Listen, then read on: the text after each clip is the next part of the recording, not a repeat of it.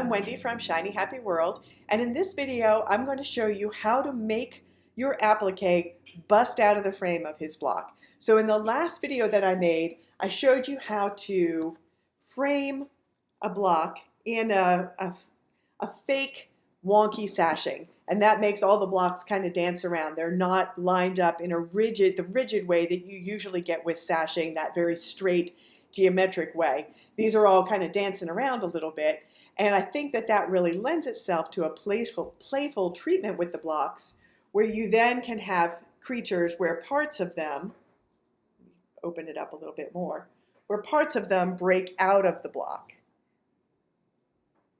So taking this frog, this is what we're going to learn how to make in this video. So we're going to frame it in the wonky sashing like we did in my last video, but I'm going to show you how to do things to make like that tongue and the fly pop outside of the box, which is a really fun treatment. It's great to do with all different kinds of monsters, but it would also work with like animals like a moose where the horns are really wide. Those antlers are really wide, so you could make those antlers be busting out of their frame and encroaching into his neighbor blocks. So there's a lot of fun that you can have with this technique, and it's really easy to do. Here's how you do it. Okay, so in a previous video, I showed you how to do this wonky fake sashing. So when the quilt is all put together, these are going to look like sashing pieces, but they're really built in to the block. So I showed you how to do that with this nice horse block, and now he's all neatly framed in. So what we're going to do in this video is show you how to make the applique animal break out of that frame. And that's what we're doing with this frog. So you can see what I've done here. I started with the same dimensions that I did for that horse. So this is a quilt. Each of those blocks is going to finish at 12 inches square. So I cut my batting 13 inches, and then I cut the square of background fabric 10.5 inches. And I started the project just like the horse. So I'm going to include a link in the blog post that goes with this to that earlier tutorial that's showing how to do that wonky fake sashing.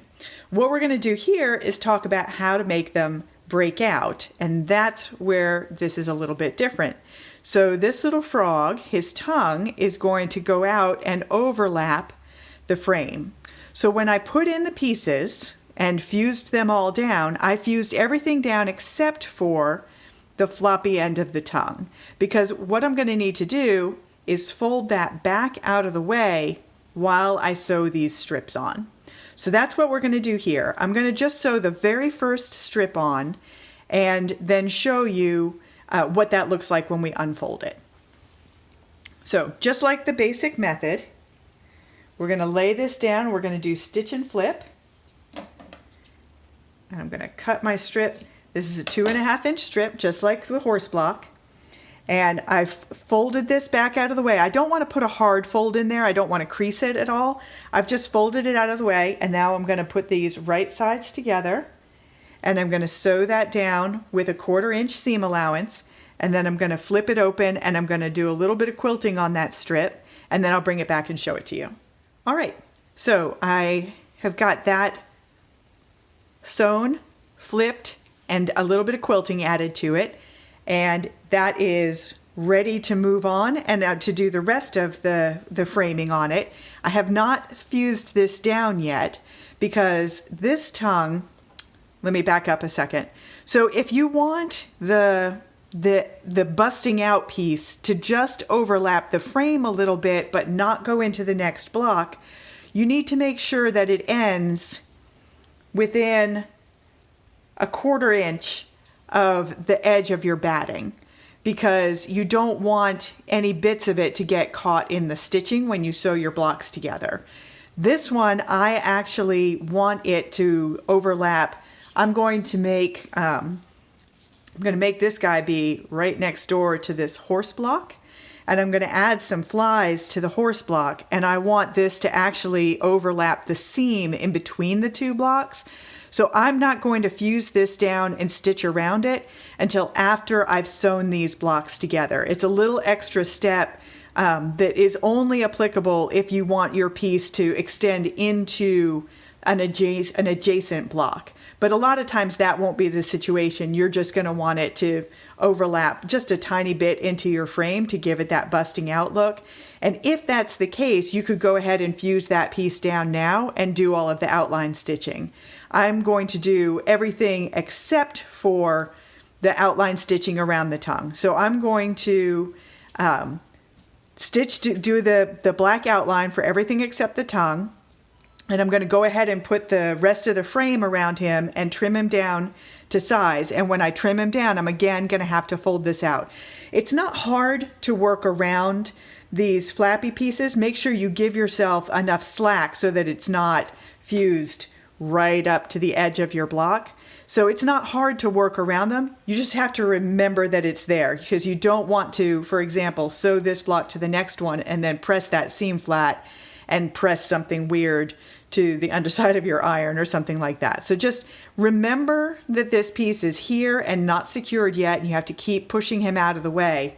But I'm going to go on now with the rest of the block assembly as if that wasn't there, and then I'll bring it back and show you the next step.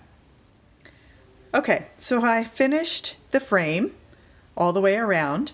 This is still not fused down, but I did go ahead and trim it. So if you'll remember, the batting started at 13 inches square, and after you get all the framing on there, you trim it down to 12.5. So when I sew it to other blocks, the finished size is going to be 12 inches in there, because it'll be a 1/4 inch seam allowance all the way around.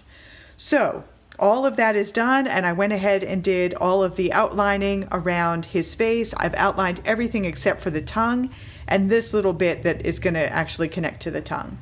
So I also added a couple of flies to my horse block. I'm going to add one more, but the next step, let me shift this over a little bit and shift this into place.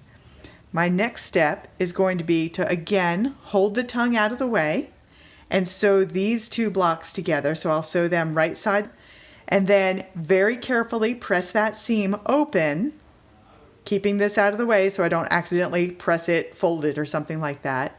And then I will come back and show it to you, but the final step is going to be to fuse that down, add another fly, and do the last bit of outlining. And it will be kind of joining the two blocks together. So next up, I'm going to sew these and press that seam open. Okay, so I've got the two blocks sewn together, and I've pressed that seam open, carefully holding the tongue out of the way while I do that. And now the next step, I finally get to fuse the tongue in place, and I'm going to add one more fly. Let me just get that laid out here. I want to make sure that I put this where he's looking at it. So I'm going to play a little bit, so maybe raise it up just a smidge there. Yeah, now he's looking at it. And the last fly is in place. He's kind of at the same angle as that one, so I think I'm going to change his wing angle a little bit. Yeah, I want him to kind of be all buzzing in different directions. So I'm going to fuse that in place, and then I'm going to outline stitch around those last pieces, and it'll be done. So here we go. It is all finished. I did the stitching around the tongue and the little bit on this side of his face, and also did the stitching around the fly there. So just a couple of notes for you. One of the things that I really like about the Quilt As You Go method that I use is that I'm normally only maneuvering one block through the machine at a time. I don't do any free motion stitching. All of this is done with the walking foot, and it just makes it much easier to maneuver just a small block through the machine. When you do this method, if you're making your pieces go into the next block so that you have to do that outlining after they've been sewn together, just be aware that that's going to make it a little more unwieldy to use to move through the machine. And the more blocks you add, the more unwieldy that's going to get. So as I build this into a full quilt, because I'm going to be doing more of these wonky squares as we do new blocks in the Block of the Month Club, I'm probably not going to do anything else that encroaches into either one of these blocks. I'll do another pair of blocks so that I'm just doing 2 at a time, and then I'll sew all those pairs together. You can also do some that pair up and down, so maybe I'll have somebody looking down into the block below him or something like that. But I'll try to keep to a minimum how many blocks I'm sewing together that are going to require that kind of stitching over those seams. And that's it. I hope you enjoy this. I think it's a lot of fun to do. It's really fun. I've done this before with a lot of monsters, and in the blog post that goes with that, with this video, I'm going to show some of the previous blocks that I've done so you can see some other ideas for things that are busting out of their frames. But I'll be showing more and more examples of that in the months to come with other Block of the Month Club patterns. And I just wanted to also mention, if you're watching this on YouTube instead of on Shiny Happy World, look in the description below the video and I'll have a link to the companion blog post so you can see all of those other blocks that I talked about here. I'm Wendy from Shiny Happy World. I'll see you next time.